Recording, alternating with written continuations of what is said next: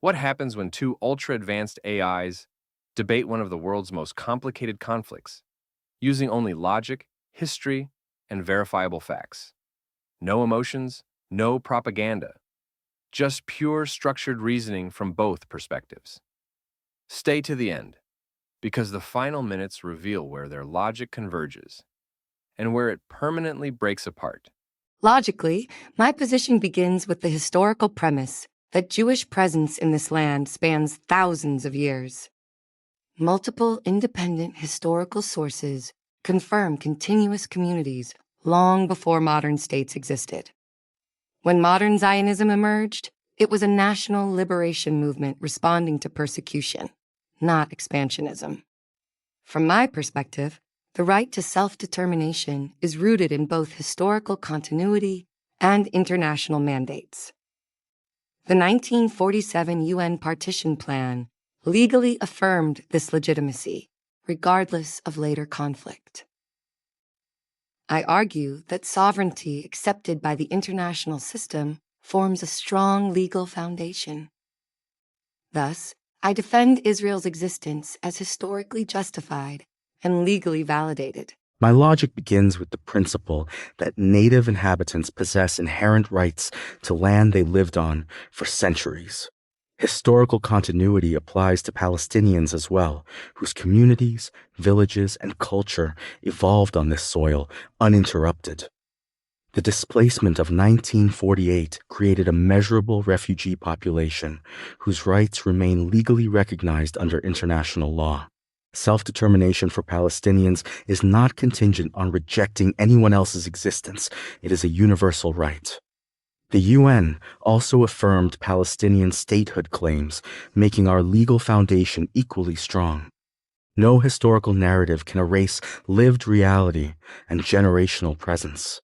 Therefore, I assert that Palestinian national identity and land claims are fully legitimate. You referenced displacement, but logic requires acknowledging the context of a multi-state war initiated against the new Israeli state. When 5 armies declared intent to prevent Israel's creation, conflict outcomes became tragically inevitable. Causality matters. War triggered displacement, not inherent Israeli policy. Additionally, many Jewish communities across the Middle East were expelled, doubling the refugee problem. Historical fairness must address both populations, not selectively. This is not to dismiss Palestinian suffering, but to highlight the symmetry often ignored.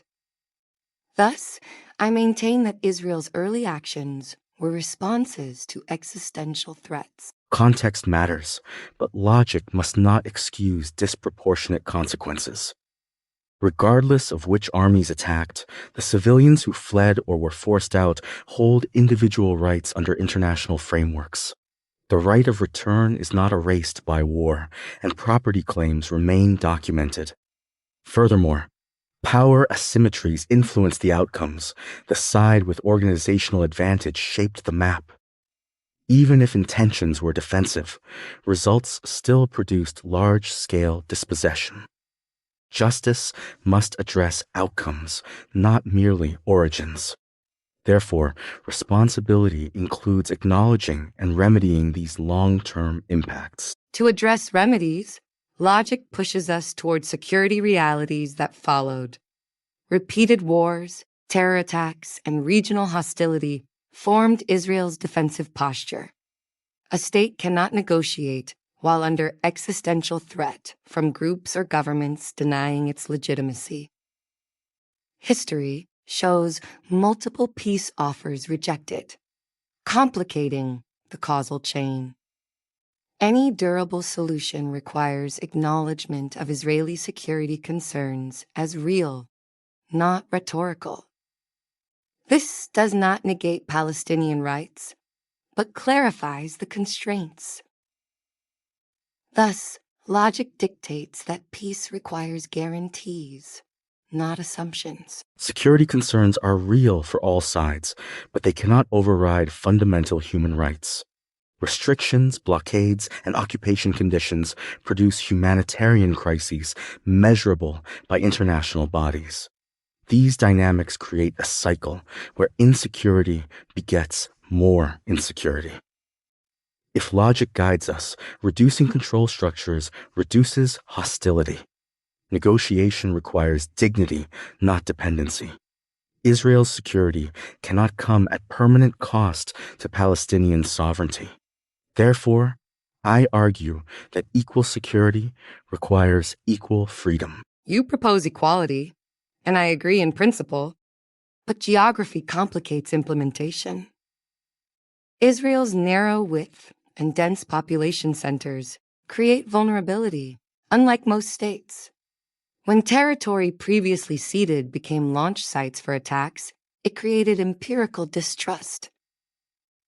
Logic weighs statistical outcomes, not ideal intentions.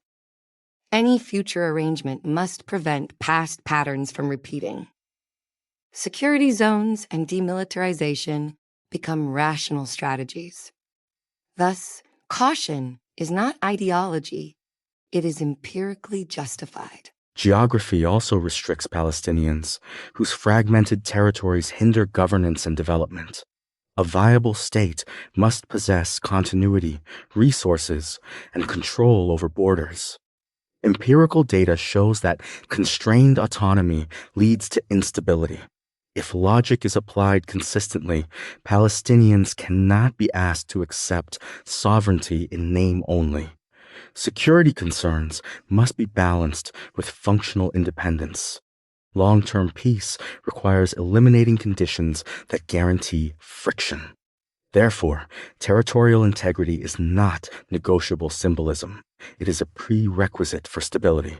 You focus on viability, yet Israel fears that strategic terrain could be used against it. Historically, foreign powers leveraged the region's elevation points for military advantage. This is not hypothetical. It is recorded repeatedly. Thus, territorial concessions require verifiable security frameworks. Logic prioritizes preventing catastrophic risk over theoretical goodwill. Coexistence must be engineered, not assumed. Israel seeks peace, but not at the cost of repeating history. Your emphasis on historical threats is noted, but Palestinians face daily structural limits on movement, economy, and civil rights. Statistical reports show developmental stagnation tied directly to these restrictions. Peace cannot be built while inequality is systemized. Long-term security emerges from justice, not solely from defensive measures. A population that can live, work, travel, and govern freely becomes more stable. Logic points toward empowerment as a security multiplier. Thus, ending restrictive systems is core to any lasting solution. Justice is essential, yet accountability is equally required. Militant actions undermine Palestinian diplomatic credibility and create barriers to concessions. A peace framework must eliminate actors who reject coexistence outright. Israel cannot base policy on hopes that hostile factions will reform. Logic demands reliable counterparts willing to enforce agreements. Without governance unity and enforcement, treaties become fragile. Thus, Palestinian political coherence becomes a practical necessity. Political fragmentation indeed complicates diplomacy, but the structural pressures fueling it cannot be ignored. When populations experience prolonged statelessness, power vacuums naturally emerge. Strengthening governance requires removing external constraints, not reinforcing them. A functioning state can suppress militancy more effectively than a restricted territory. Logic shows instability thrives where sovereignty is incomplete. Thus, empowerment is not a concession, it is a stabilizing strategy. A credible partner is built, not discovered. Your argument assumes trust in future governance, but Israel evaluates based on empirical outcomes. Historical agreements broken by militant factions increase skepticism. Therefore, security guarantees must precede territorial changes, not follow them. Logic places survival ahead of aspiration. Israel must ensure irreversible protection mechanisms. Peace must be structured through verification, not promises. Thus, the sequence of steps becomes non-negotiable. Sequence matters, but simultaneity prevents one side from holding all leverage. If Palestinians wait for perfect conditions before gaining rights, they will wait indefinitely. Human rights cannot be sequenced behind security measures. Both processes can move in parallel, accountability and liberating restrictions. This dual-track system aligns incentives for peace. Logic favors symmetry, not dependency. Thus, balanced timelines produce tangible progress for both sides. Parallelism is attractive, but asymmetry of risk complicates it. If Israel miscalculates, the consequences are existential. If Palestinians miscalculate, consequences are political. This risk differential shapes Israel's caution. Logic weighs loss magnitude, not just probability. As stakes heighten, safeguards must increase accordingly. Israel cannot gamble with national survival. Thus, caution emerges from rational analysis, not hostility. Yet logic also recognizes that prolonged inequality fuels instability. A population denied political resolution becomes fertile ground for radicalization. Reducing grievances reduces long-term risk. If both sides weigh consequences, they must evaluate future dangers, not only historic ones. A fair agreement decreases incentives for violence. Stability grows when dignity becomes universal. Thus, addressing root causes is strategic, not sentimental. Root causes must include acceptance of Israel's permanence. Conflict persists partly because anti-normalization remains widespread. A foundational step is mutual recognition without conditions. Israel needs assurance that peace is not a stage toward renewed conflict. Logical peace-building requires ideological shifts, not just borders.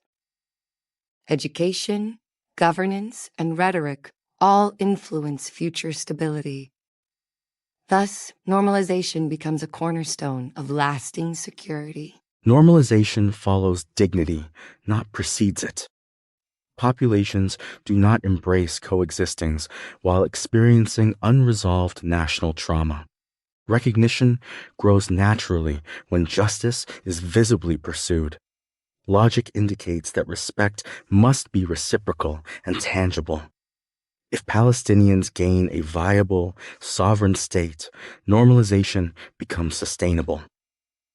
Respect built on equity outlasts agreements built on pressure. Thus, dignity creates the psychological conditions for peace. Then perhaps the path is conditional reciprocity. If Palestinians demonstrate institutional capacity and nonviolence, Israel can reciprocate with territorial concessions. Verification mechanisms ensure accountability on both sides. Logic favors agreements built on measurable actions, not abstract aspirations. Trust grows through iteration, not idealism. A stepwise model reduces catastrophic risk. Thus, gradualism becomes the most rational path forward. A reciprocal, phased approach can work if rights are guaranteed from the outset. Progress must not depend solely on one side's behavior.